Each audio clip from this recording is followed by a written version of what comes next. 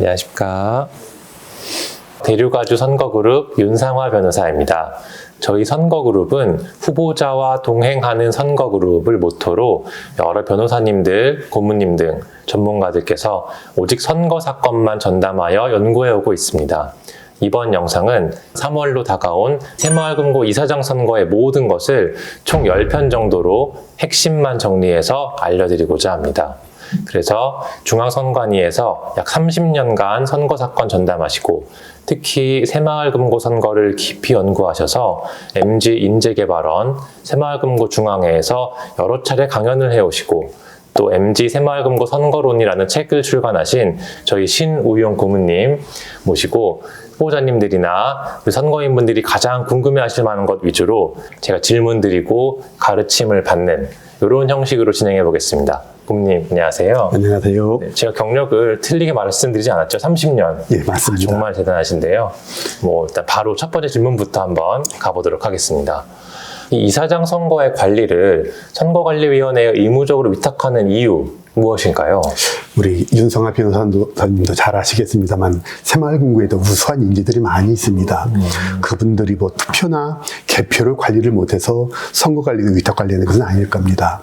자체적으로 실시해왔던 선거들이 부정, 또 부패, 여러 가지 문제점이 지적되면서 제3위 외부에 있는 헌법기관이 도움을 받아서 선거를 정화하고 그 정화된 선거를 바탕으로 해서 새마을금고의 그 경위 투명성을 확보하자는 그런 취지로 위탁관리가 제도화된 것이라고 봐야 되겠습니다. 이해가 되는 것 같은데요. 그럼 바로 두 번째, 예. 이 새마을금고 선거는 그 대의원들이 간선제로 하는 방식도 있다고 알고 있습니다. 이런 간선제 선거도 위탁의 대상이 되는 것인가요? 직선제이든 간선제이든 모든 선거는 이제 관할 구시군 선거관리위원회가 위탁관리를 하게 됩니다. 예외는 없습니다. 네, 세 번째 질문 드리겠습니다. 저희가 일반적으로 선관위가 진행하는 선거라고 하면 그 공직선거의 사전투표처럼 어디서나 투표할 수 있는 그런 제도가 혹시 갖춰졌는지 궁금한데요. 어떻습니까? 직선제로 선출하는 그 선거에서는 그 관할 구시군 안에 설치된 어느 투표소나 가서 투표할 수가 있습니다. 그런데 문제는 공직선거에서는 선거일 전 5일 전 정도에 사전투표를 하지 않습니까? 네. 그게 주소지까지 날라갈 시간적 여유가 있는데 이 새마을금고 이사장 선거는 당일날 투표를 하고 당일날 개표를 해야 되기 때문에 살고 있는 주소지 관할 거기에서만 어느 투표소에 가서 투표할 수가 있습니다. 그 부분은 좀 주의가 필요하겠네요. 예, 그렇습니다. 그러면은 이렇게 위탁 선거로 진행되는 그 효과에 대해서 조금 더 심층적인 질문을 한번 드려보겠습니다. 이렇게 위탁 관리한다는 것이 투표와 개표의 정확성이나 투명성 담보할 수 있는 것인가요? 일단 뭐 최근 들어서도 극히 일부에서 부정선거를 뭐 주장하는 사람들이 있긴 합니다만은 작년 3월 8일 날 실시됐던 그 제3회 그 전국 동시조합장 선거 있었지 않습니까? 네. 그때 전국적으로 5표 이하의 차이로 당락이 결정된 조합이 20개가 있었습니다. 그중 한 표 차이로 당락이 결정된 데가 6개 조합이었고요. 같은 표가 나온 데가 2군데 조합이 있었습니다. 선거 끝나고 검표를 해보니까 아무런 오차가 없었습니다. 선관위가 주관한 개표에는 아무런 하자도 흠도 발견되지 않았고 선거 결과가 그대로 확정되고 말았습니다.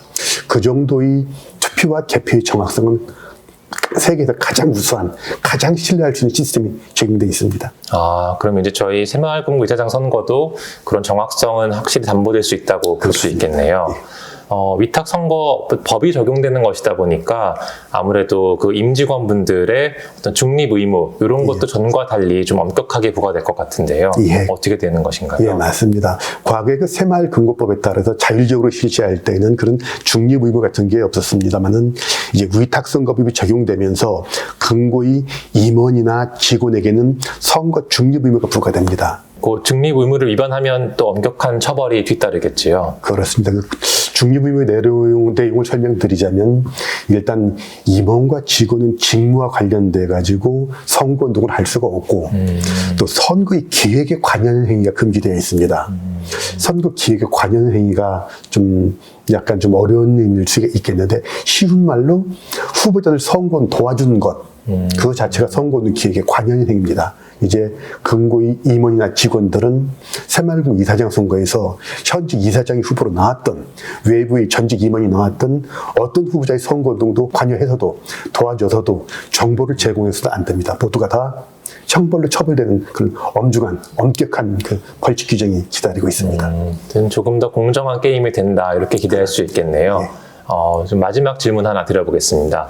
이 위탁 선거 범죄는 신고를 하면은 포상금이 지급된다고 알려져 있는데요. 지금 요건하고 금액이 얼마쯤 되는지 궁금합니다.